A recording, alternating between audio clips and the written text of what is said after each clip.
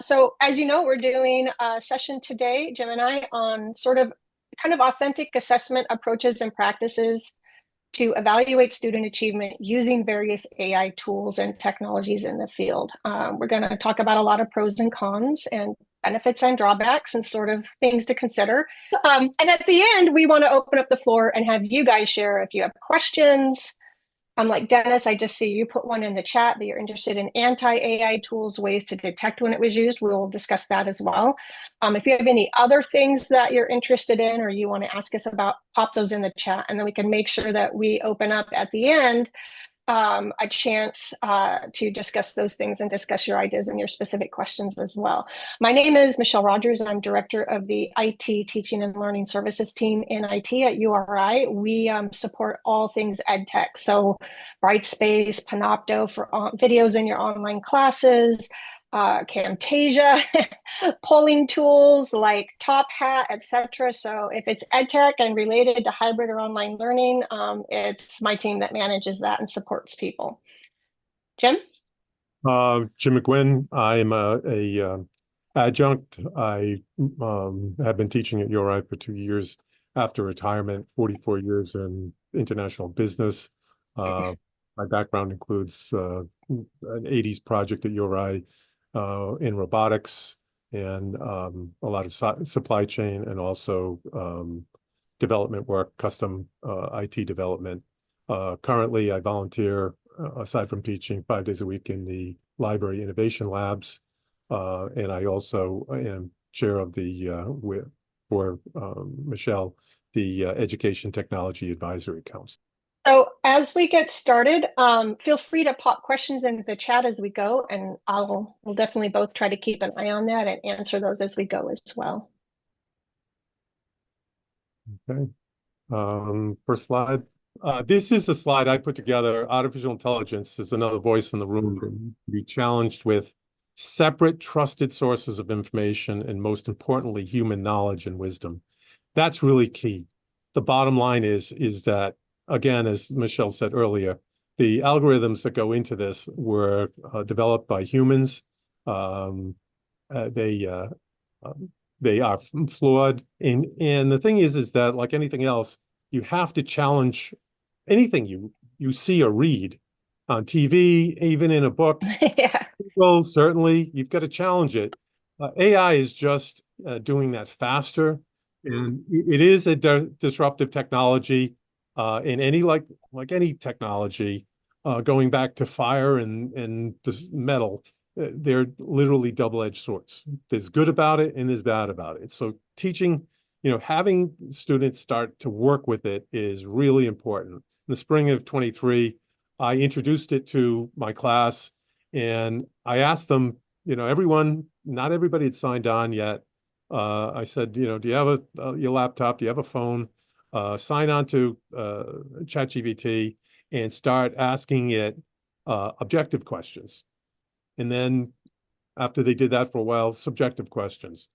And it was great because I had, students come up and say, it's wrong. And I had one student, why is it wrong?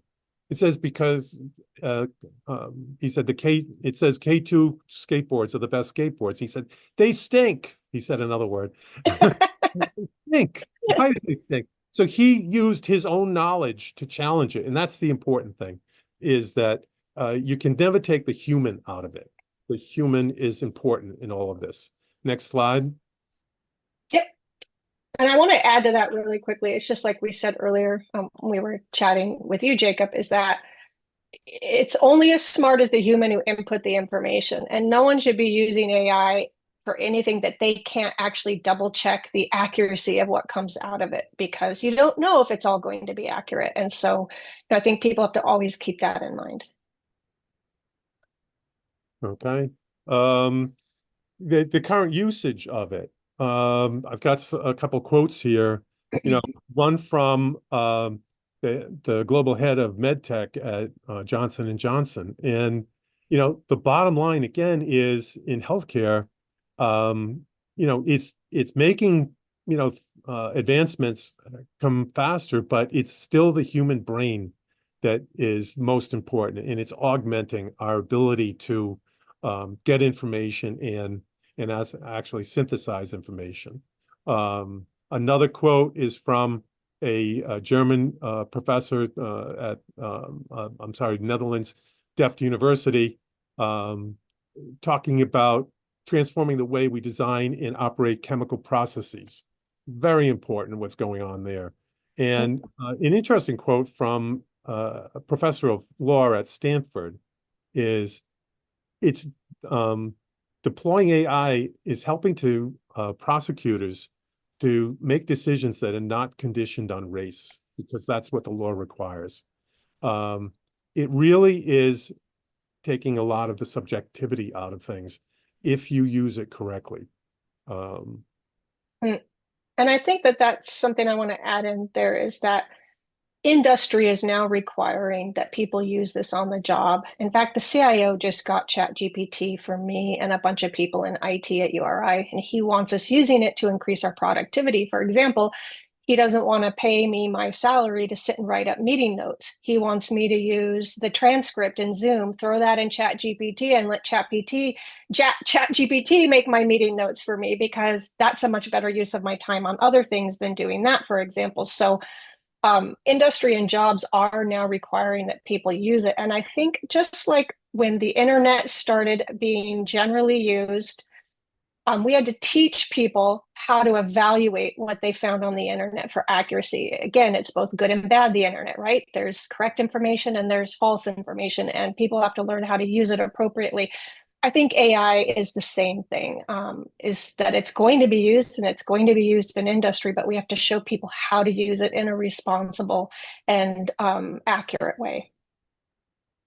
one of the things this is like any tool that, before there was typewriters, everyone had to, practice their penmanship and write, schedules down by hand. Then we had typewriters, and then we had computers. And it's a productivity tool in many ways. But one of the other things is in the library, not too far from Michelle's office, by the way, on the same floor, is a book that I noticed one day, and it's AI in Chemistry. It was written in 1985. The first the first paragraph talks about AI being decades old. So really, it goes back to the 40s. So it's not something new. AI it's been around. It's now becoming sort of a consumer product, and it's changing the way businesses, just like computers did, the way businesses operate.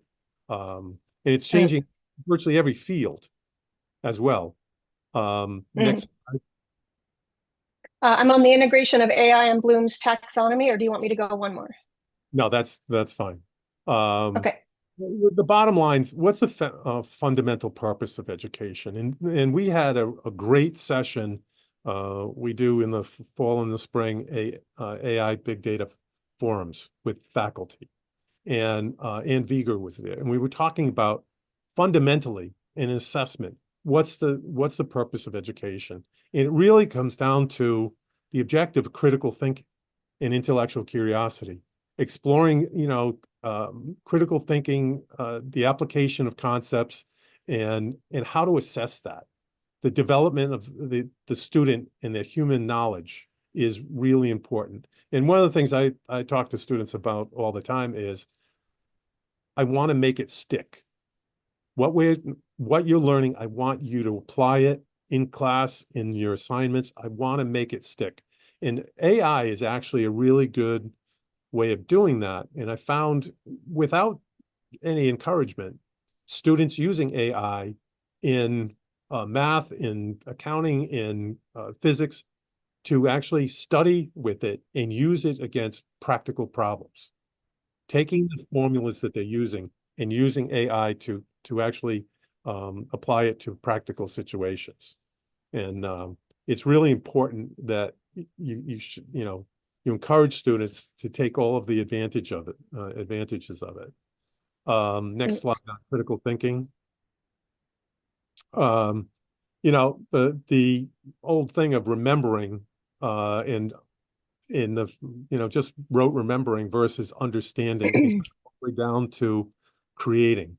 And the important thing is getting students to get to the application of things, applying the concepts, um, and analyzing the results, but then evaluating them and creating, asking, evaluating is part of that intellectual curiosity of asking why 5 times. And one of the things that is kind of fun to do with AI is in ChatGPT is to challenge it. And I'll challenge it on a regular basis. I'll ask it questions, and I'll ask it 9 ways of Sunday, and I'll ask it unrelated, compare and contrast is one of the questions, but evaluating the results and then looking at, I worked with a PhD student, a doctorate in business administration. And after he's done with his thesis, I had him challenge his thesis with AI, and it was accepted as part of his doctorate last year. But challenge, what he came up with. And it was interesting, challenging a thesis that he'd worked on for 2 years with AI. And he ended up talking to one of the top people at IBM and learning quite a bit about it. But, and then it goes to finally the what if. What if we did something? And that's where the real creativity comes in, is in the what if in critical thinking. Next slide. Hmm. The implications. Again, sparking curiosity is really important in intellectual curiosity. I have said for years, and I work with companies around the world. I've started 6 companies, but I've also 22 years. I've worked with everything from the Defense Department to small companies, food companies, fashion companies. And I hate to say, one of the rarest commodities in business is intellectual curiosity. People take Mm. things at face value. And sometimes I see students taking things at face value and encouraging them to push that with, asking why 5 times, and the same with AI, and using AI to help ask those questions. The application of concepts again, and the assessment, ensuring there's consistency and fairness in it, and applying, criteria, and it's unbiased. Remove the bias from grading papers, grading projects is one of the most difficult things I found in being an adjunct.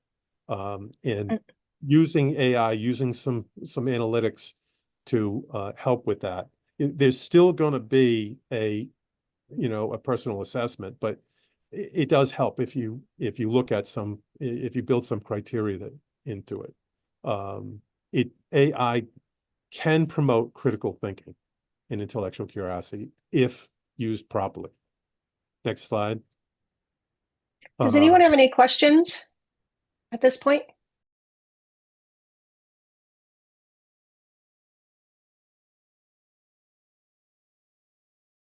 yes, and Yes.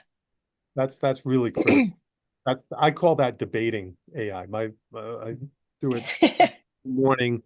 My wife and I get up at 4, and I'll be at the kitchen table at breakfast, and she'll say, "What are you doing?" And talking to your friend, and I'll be debating. And the interesting thing is in business, I'll give you an example of compare and contrast.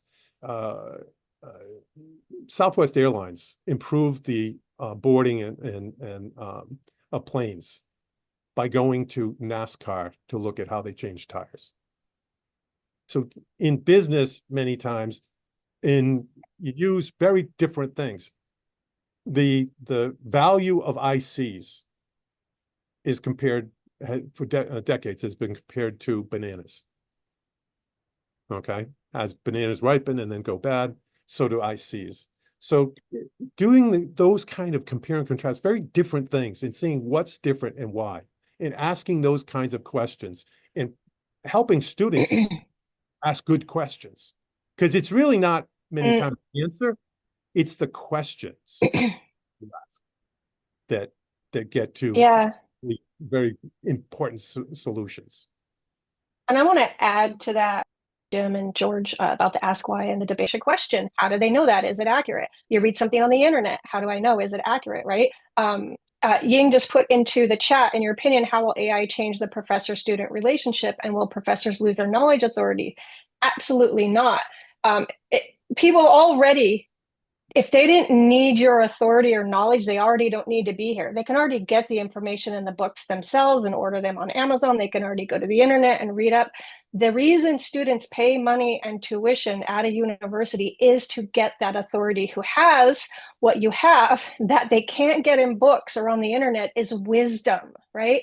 It's the wisdom of someone who's studied in the field and knows it extensively and in depthly, right? So Jim, like he said, he started up businesses and he worked at all these businesses. Those students are getting that. They're getting that level of wisdom, which a book cannot give you wisdom, right? So no, professors are not going to lose their knowledge authorities, right? But I think that just like with the internet, I used to teach environmental science.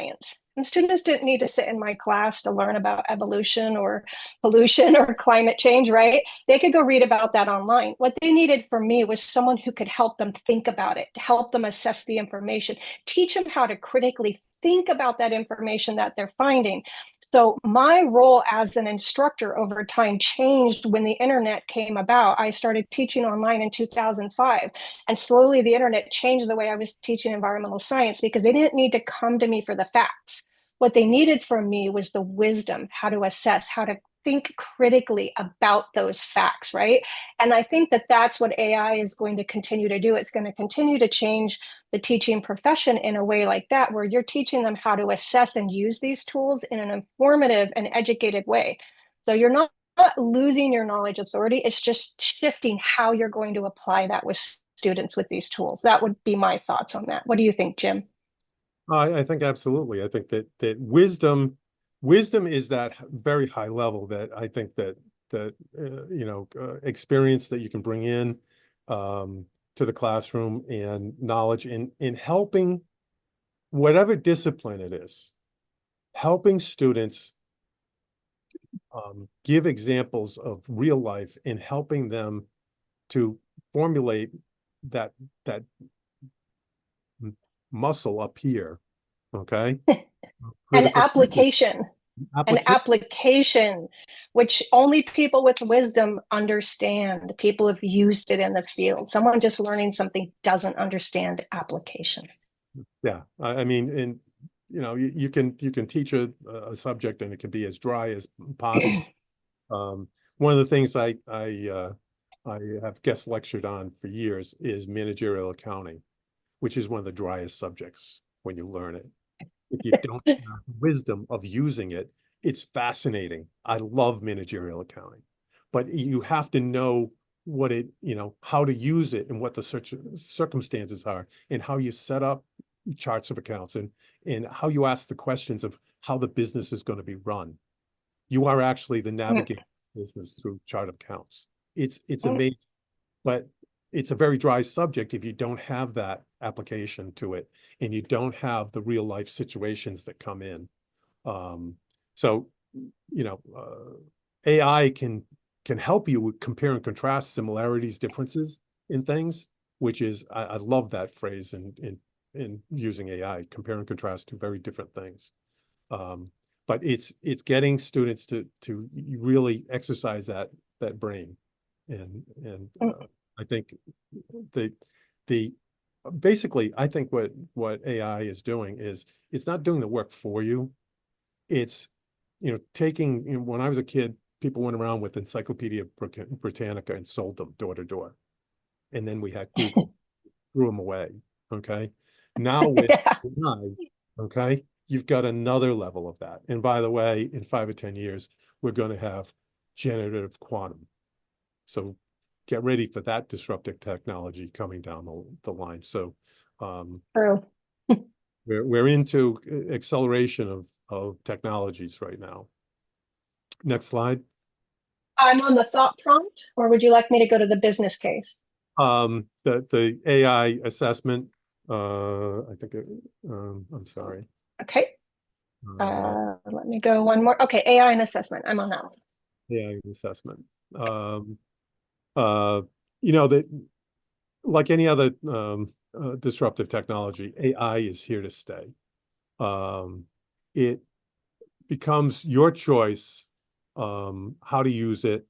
And I think that knowing more about it as an instructor, as an educator, um, you should be at least not concerned about it. One of the things that I know came up in the chat was how do you assess cheating? And how do you know when someone's using AI? I have had some questions from uh, folks on someone who thought they were cheating. And I had one student who in another class had been accused of using AI on a paper. And she went back and she said, my parents are from the Netherlands, and I spend all summer in the Netherlands every summer, and they speak the Queen's English. And when I write using the Queen's English, although she's, a native, US student. And because of the way she used, her phraseology, she had been accused of using AI and cheating, and she had to, prove it. I don't think there's ever going to be an absolute way of identifying if someone is using AI to cheat. Personally, I think there's it's always going to be better than the tools to use it. The thing is that get away from the cheating and get more into the questions and the assessment. What questions did they ask? I have the students identify what questions they asked and what responses they got. I want to see I want to see the dialogue with AI. What did you put in and what did you get out? And then we have follow-up questions. Did you match it with trusted sources? What sources did you match it with? Mm. Things like Grammarly, is AI. It corrects your English and your punctuation. Remember the old paperclip in Microsoft Word Yeah, that would talk to you? That was AI. People don't realize, but there's been AI around for a long, long, long time. I also on the question of anti-AI tools, that the check when it was detected. Um, Catching students cheating has been a long, long tradition of an arms race between academics and students for hundreds and hundreds of years, right? I mean, they were, putting it on their hand or the bottom of their shoe or, doing little microphones in their ear while a friend stood out in the hallway and told them the answers. And I mean, it's even before the internet and before AI, people were cheating. And it's always been an arms race between students and academics. And there's a point where that arms race becomes exhausting, right? No one's going to win an arms race. And so instead, at least on my team, what we help faculty with is they come to us and they say, here is how students I believe, have been cheating, and I'm having trouble authentically assessing them. And I want to make sure that they're the ones doing the work. And what we do is we sit down and we would consult with them in their particular use case, how they could adjust what they're doing and what tools they could use to adjust it so that the issue of cheating AI just becomes a non-issue. It's no longer even a concern because there's no way that they could cheat based on how you've redesigned your approach in that case or the tools you're using. Now, I will cover more of that at the end after Jim is done with a couple more slides. Then I will get into that. I'll give you guys some ideas and some examples of what I mean by that and how you can address it. And therefore, there is no tool that's going to catch AI cheating. So what you have to do is adjust the way that you're doing the approach to learning, the way that you're having them do certain things and the tools you're using. And then you don't even need to worry about it. It doesn't matter if they used AI, but I'll cover all that in a couple slides. yeah. And just to finish up on this slide, one of the things is using unique input, actually having the students personalize their questions and the input that they put into the AI to ask questions. And again, it's kind of like, middle school algebra. You didn't get credit if you didn't show all the work. So that's one of the key things that I use is show me the work, show me the questions you asked, and personalize them. I want to know, you know, ask it about skateboards. I don't care. Okay, ask it about whatever you're passionate about. in alignment with the subject as much as possible. Next slide. Um, Okay. there's in business, there's all kinds of applications right now. Um, you know, a lot of the good stuff going on in businesses. There's productivity improvement. Certainly, people shouldn't be writing meeting notes and whatnot anymore, and doing things that are just going from scribing to typewriters to the computer. We're improving that of being able to capture meetings like this, text. But it's the what ifs.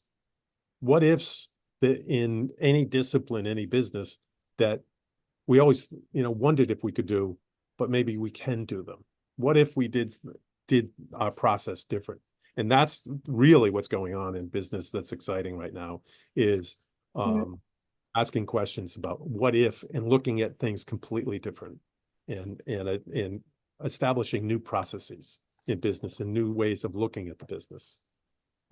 Next slide. In engineering, problem solving, simulation is one of the things that I've worked with simulation for years, AI generated simulation for finite element analysis and whatnot. That's becoming available to the public. It used to be very expensive systems to do that, and now your CAD systems and whatnot are much more advanced than before in design optimization, being able to have unrelated, when you put components together from different manufacturers and whatnot, and see how they interface. Uh, that's really, it's pretty exciting stuff in engineering, in solving problems, in applying, a concept in different applications in engineering, taking something from, again, a very different application and applying it to something new, is making products and processes changing quite a bit today. Life science is, next slide, is life science is exploding with opportunities.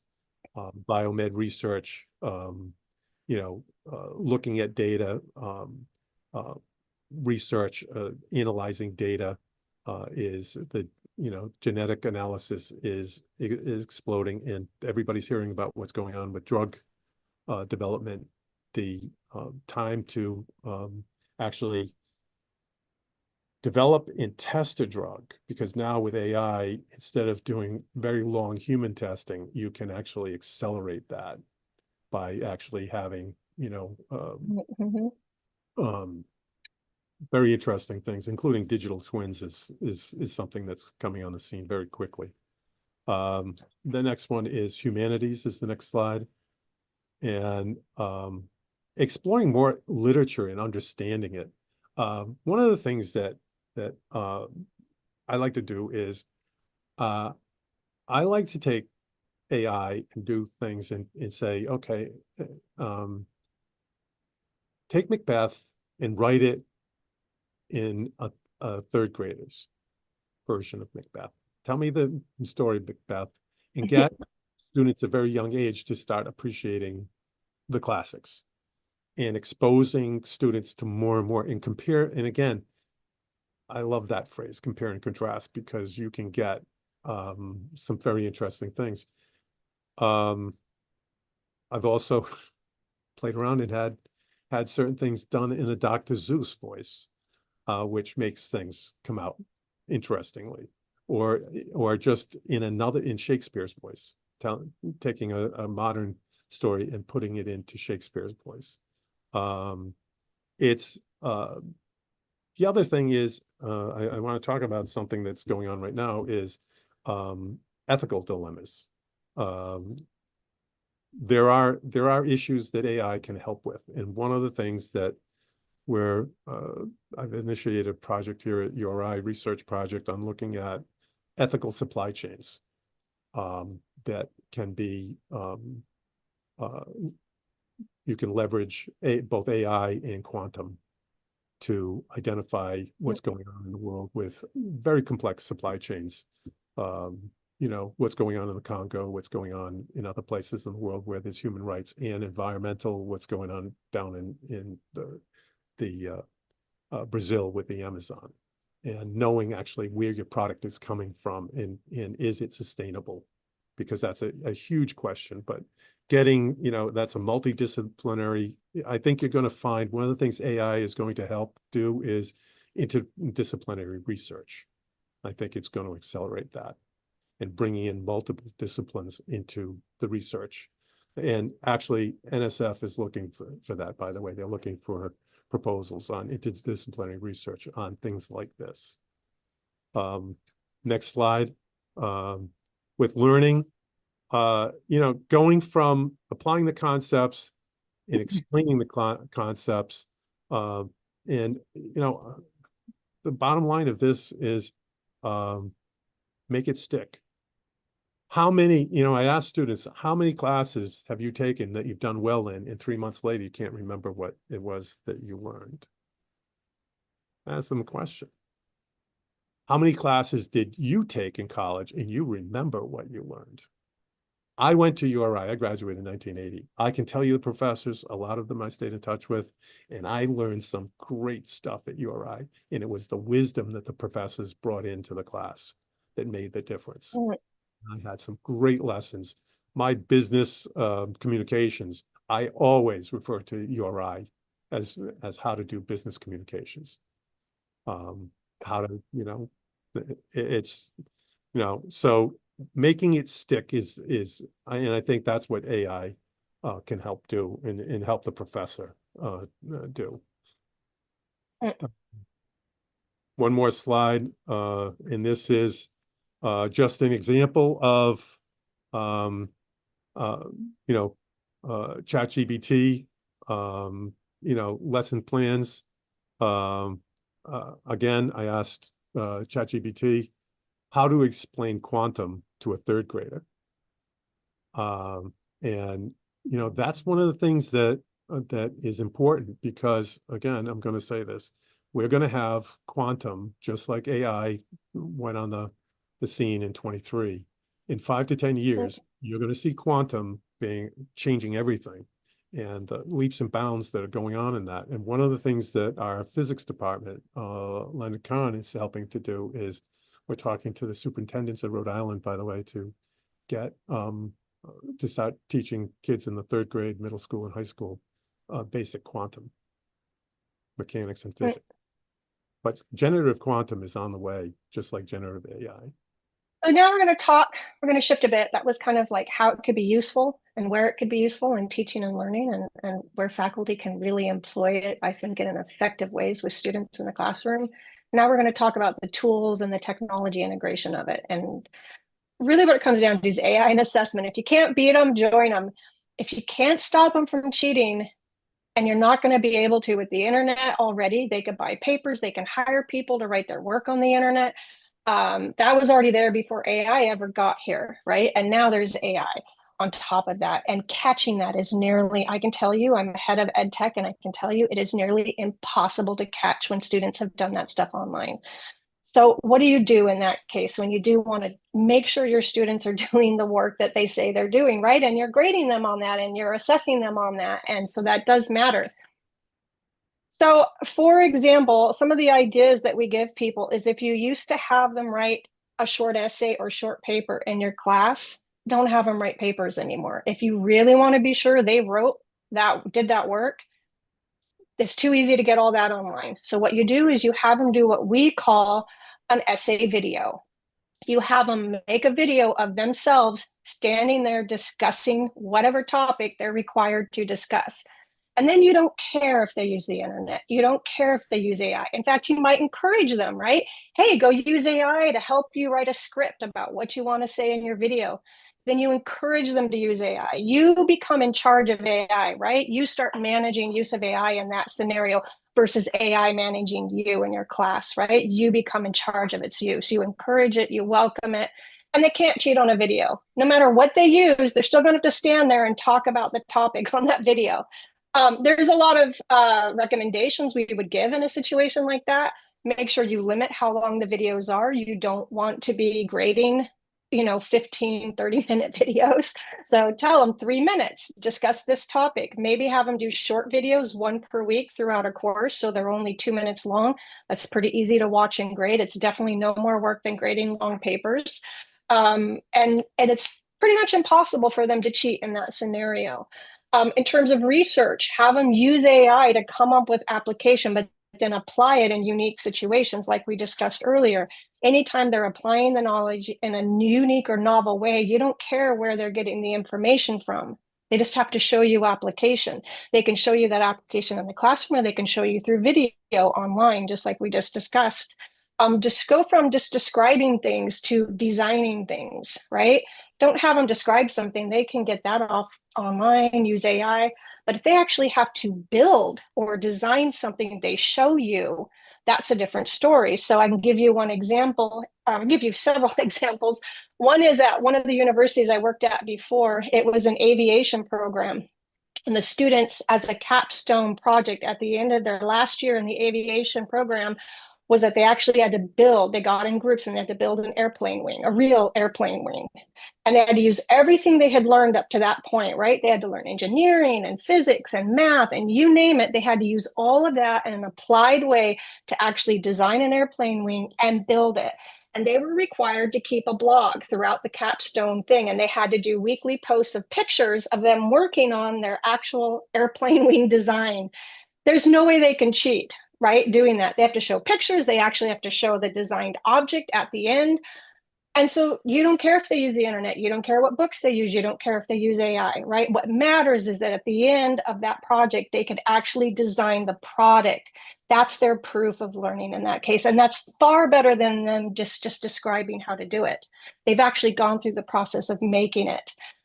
Discussion posts. People love to use text-based discussion posts in their courses. That's really, I keep telling people don't do that anymore in your class because it's just, they just go on and get AI to write it. They didn't write it. You don't know if they thought about it. So instead, I encourage people to do what we call creative posts. And there's all kinds of different tools you can use.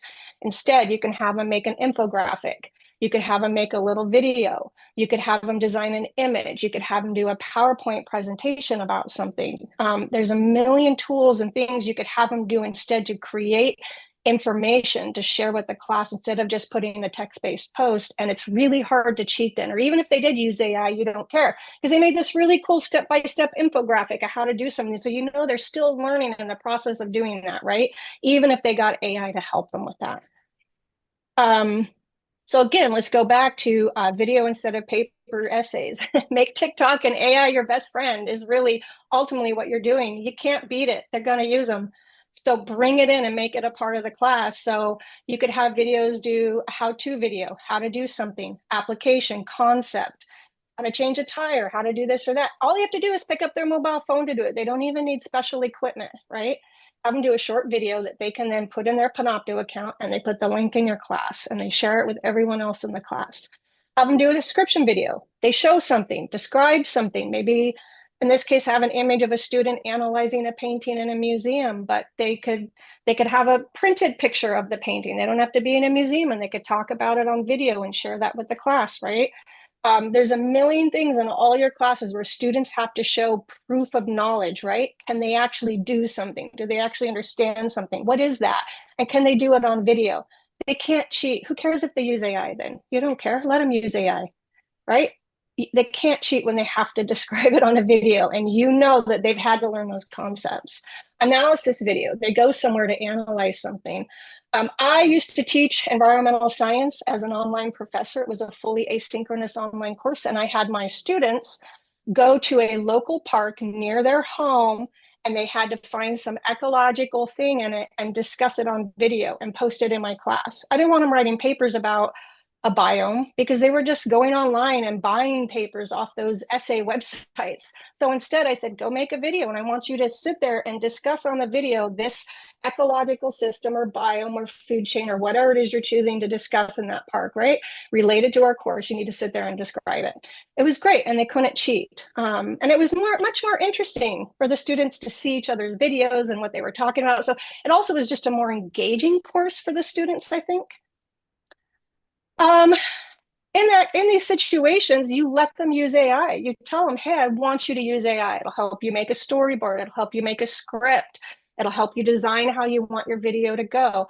Make sure you limit the videos. You don't want to be grading 30-minute long videos, right? So, give them a grading rubric of what you expect to see and make sure part of that is they need to cover a specific topic in a short amount of time. Introduce peer review, have the students look at each other's videos and give them a checkoff sheet, right? So that they're kind of helping analyze what each other done. And then they're also learning at the same time because they're watching each other's videos. So then it becomes a peer-to-peer learning environment as well. And in all these cases, if they're doing all this on video, they can't cheat.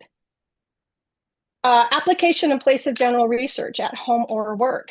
I'll give you one example. I used to teach I taught environmental science online for many years and biology and some other courses like that in the sciences. And then I moved into instructional design and helping other faculty design online classes. It's kind of how I shifted into the work I do now. And when I first started helping faculty design their online courses, they would come to me and say, oh my gosh, my students are cheating, cheating, cheating. And one of them, for one of many examples, they said, my students are cheating. I said, well, what's going on? What are they doing? And they said, well, I wanted them to analyze this information on a label, and they're just copying stuff straight off the EPA website. Well, I went and looked at their directions in the class, and it literally was basically copy stuff off the EPA website, right? I mean, what else were they supposed to do? That's where they got the information. Of course, they were just going to copy it over. So I said, well, you have to personalize it. And that's what Jim was mentioning earlier. The more you personalize learning, the more it's impossible for them to cheat. So I told this professor, I said, instead, have them go around their house and find a chemical. Everyone's got them under the kitchen sink, in the bathroom, wherever. Find one. They have to take a picture of them, a selfie, pointing at the chemical label on it. And then they have to analyze that label on their bottle, right? And then you don't care what they're copying from the EPA website because it's now application of knowledge to a real life personal thing. And it's really impossible for them to cheat that at that point, right? Because they even had to do a selfie and they had to analyze what they found in their home on their bottle. So I think adjusting the way what you're having your students do in a way that it's personalized within just removes the entire problem of potentially cheating with AI or other online sources. Research to practice. Have them review a research paper and then recreate the process, method, or item. And maybe take pictures of that process, right? And show you. So don't just have them, write out a method. They're going to use AI. They're not going to do it themselves. Let them use AI or let them copy a paper, right? All of research is based on repeatability. Can we repeat what these researchers over here did? So if there's an important research papers, have them take that and make them show through selfies or a video that they tried to recreate the process. So then they're actually applying that research concept. Again, then you don't care if they're using AI to help them. Have them design things instead of describing them. Describing anything, just text-based, paper, description, text-based, post in your course, they're just going to use AI or they're going to pay someone online to write the paper. You can't even check it with plagiarism detection tools anymore because there's all these ghostwriters online. They don't even charge that much, like $10 a paper, and they'll write the paper for the student. And then it's a completely new original paper, except the student didn't write it. They paid someone to write it. So I really try to encourage people to lean away from written work and online courses and to move towards, like I said, creative application, design, video, because that's nearly impossible then to cheat.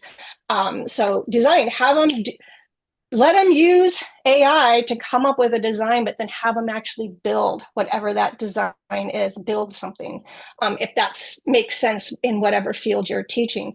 Again, who cares if they use AI or the internet? Let them, encourage them to, right? Again, you become the master of AI. You want them to use it, but they still got to show that product at the end, that thing that they built or created or did as proof of concept. Creation posts versus discussion posts. Like I said, graphic learning. You can have students create graphics. That can be infographics. It can be PowerPoints. It can be images. There's so many tools online for this. If that's something that interests you, then definitely send me an email. My email will be at the end of this. me and or someone on my team can sit down and consult with you about what you're teaching specifically, what you want your students to do. And then at that point, I can make very good recommendations about which tools meet your needs in your classroom best for whatever you're trying to do, because there's hundreds of them online that you can use now. You can have students do interviews, go speak to a professional in the field and share what they learned. Again, if they can make a podcast that they share with the class. Again, you don't care if they use AI, right? As soon as they're doing some sort of audio podcast or video, immediately they are now unable, they've got to actually do the work themselves, and you know that they're the ones doing the work. So those are just a very quick list of ideas that I can give you all. Some of the tools you could use to replace kind of what you used to do, and what tool you could replace it with, and what approach you could replace it with, to get the same thing, but to get it in an authentic way that you're certain that student was doing that work, right? And then you don't have to be concerned or stressed or worried about people using AI. In fact, you would encourage it. And that makes you in charge of AI in your class versus it being kind of in charge of you. Is there any questions about any of that?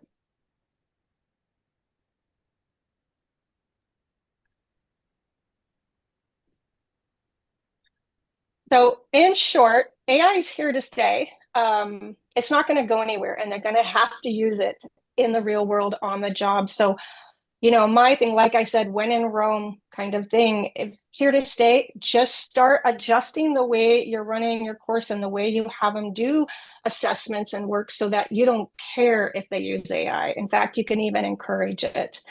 Um, I, it's really important to note that nearly everyone I know who's still working in industry, I used to work in biotech industry, and all my friends who are still working in biotech industry tell me they're all being required to use AI for day-to-day work stuff now. So, um, and if we are preparing students for the professional world, then that means we need to start teaching them how to use AI as well. It can, as Jim mentioned earlier, it is a creative partner. That's how I see AI. It's a creative partner. It's kind of like that old, if you, I write fiction on the side, and I have a group of writers that we meet, we give each other ideas. And I see AI as like that other person at that creative writing partner meeting, right? Who's giving us ideas. And that's what it is for most fields now.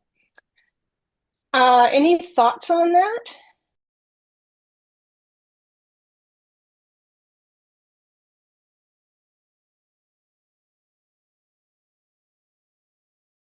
On that really quick, I want to say that depending on the size of your course, I agree. Like, if you're running a smaller course, it's, you know, different than if some of you are running courses with 80 or 100 students. That's a completely different scenario.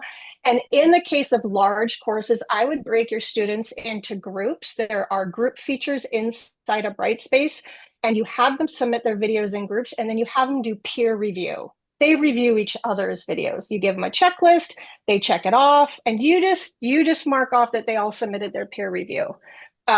So in large groups, I would move away from doing it yourself and move towards peer review, where they actually assess and analyze each other's videos, which is a great learning opportunity for them as well, especially if you have the students all do different topics.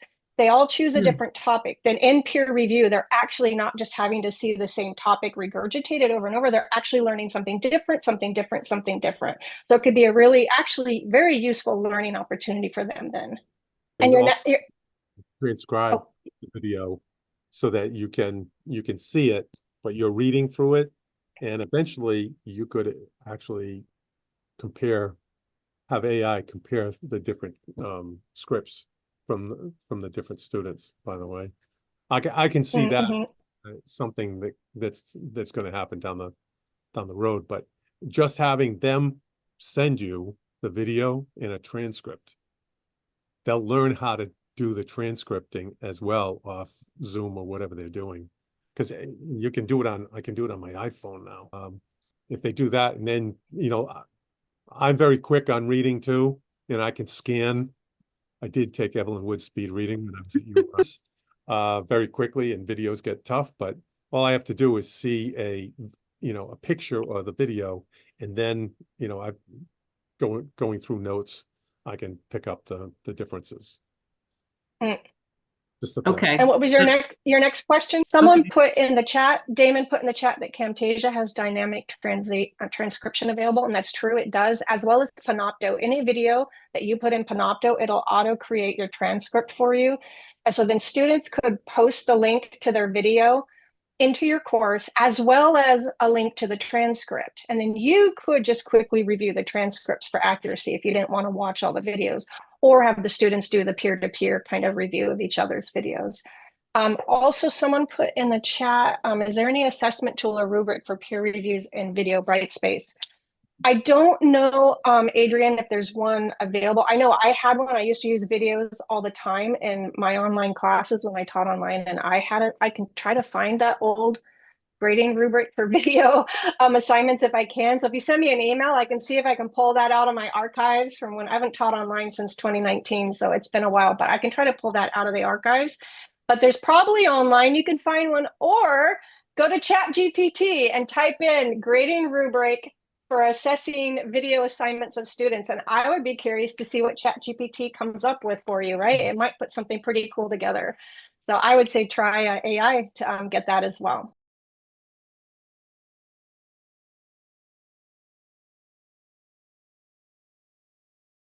At at some Integrated point. directly within Brightspace. There are grading rubrics, and you can have individual grading rubrics that are assigned to either many assignments. For example, you could have a grading rubric just to evaluate discussion posts and replies each week if you were doing weekly discussions, and you could assign that same rubric to every single weekly discussion. Or you can make individual rubrics that you assign to just say one assignment, like one paper or one assignment, so it was individual in some way. But you can absolutely do those inside your course, and you can assign them to each item, and then you can use that to do the grading. So just submit a ticket and say you want someone to support you one-to-one on how to learn how to do rubrics, and we absolutely can help you with that on our team. Do you have any final words, Jim? Final thing is, can you put up the last slide, the one I added? Yep. I worked with students last semester to do an AI survey for the staff. Oh, yeah. With a QR code on that, you can just put your phone and get the link to the survey. We're going to be doing it Absolutely. all. We're really, and this is going to go to the provost, by the way. We're really, and it's anonymous. And it's gone through IRB. Had the students get IRB certified for human subjects testing. And anyway, if you could fill that out and encourage others to do so. We're really trying to understand what's going on at URI with staff and faculty with AI. Who's using it? Do you have users? So I would encourage you to take the survey and pass the good word around. And I did want to point out too that I'll come back to this. We used AI to make all our images. So this is Da Vinci's Vitruvian Man with the Terminator. I just went to Midjourney and I created that there. All these images are AI. I just went to Midjourney and I told it what I wanted and had it make every single one of these images. This one was hard because I wanted the girl in the background pointing at a painting and her friend videoing her. This took me probably 10 minutes to get Midjourney to do what I want, but eventually I got it to make it. So, I mean, even for you guys as faculty, these are all AI images that I just put prompts into Midjourney, which is a great image AI. Let's see, I think most of these were AI. This was Picasso. I wanted a Picasso painting of a robot. So I put that into Midjourney and had it create it. So that, I mean, the nice thing about AI is the creativity that it will allow you to do. I think it's fun and exciting. So we can also help you with everyone, all faculty, not students, unfortunately, but all faculty at URI have access to Adobe Pro, the Adobe suite of products. And included in that is usage of Firefly, which is Adobe's AI image generation software. And you can use it anytime you need images for your class, for your PowerPoint presentations. Unfortunately, students don't have access to it for free for their projects, but there's lots of AI image generators online. And we can run a training on how to use, say, Midjourney to create images. what the prompts are, how to input the information to get it to give you the image that you want. And so if any of you or your departments are interested in training like that, just submit a ticket service desk and say, hey, I want Michelle's team to give us that training on using Midjourney or other AI image generators, and we can help you out with that. I will also share that IT just got us all pro licenses to ChatGPT. And we're now all being asked to use it, and we're going to be testing it and learning to use it. So hopefully soon, within 6 months, we'll be able to offer training on how to effectively use ChatGPT as well. Don't forget to do this survey. Thank you, everybody, for coming today. This ends our presentation, but this is really great, and I really loved the conversation. I'll hang out a bit in case you have any final thoughts or questions or things you want to ask me about. Yeah, thank you.